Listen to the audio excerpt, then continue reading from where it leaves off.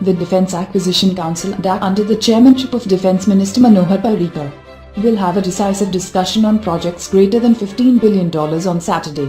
High on the agenda is the procurement of Russia-made S-400 air defence systems and armed unmanned aerial vehicles UAVs, including some indigenously made guns. Sources from the Ministry of Defence have said that India wants to fast-track these critical purchases as some of the projects have been long pending. Russia formally offered its S-400 surface-to-air defence missile system to India in April this year. The DAC has not met in the last 3 months, but in May, Parrikar hinted in Parliament that the procurement would be completed soon. The 5 firing units of S-400 LRSAM system are planned for induction in the Indian Air Force between 2017 to 2022.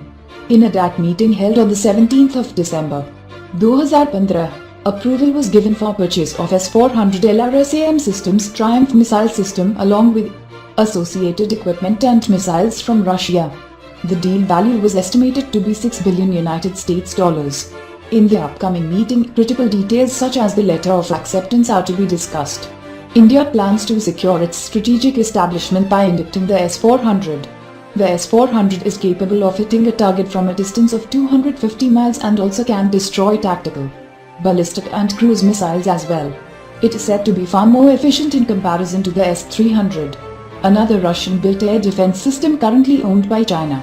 Israeli-made armed Heron TPUAVs will be another critical acquisition yet to be signed after months of clearance by the DAC, removing the hurdles in inducting the naval version of the Barak-8 long-range surface-to-air missile system is also high on agenda of the DAC meeting. The Indian Navy has faced delays in finalizing the $1 billion Barak-8 deal due to some differences with the Israeli partner firm over the technology transfer and modification required by India. DAC will also discuss the issue of buying Boeing 777-300s for exclusive use by the Indian President and Prime Minister.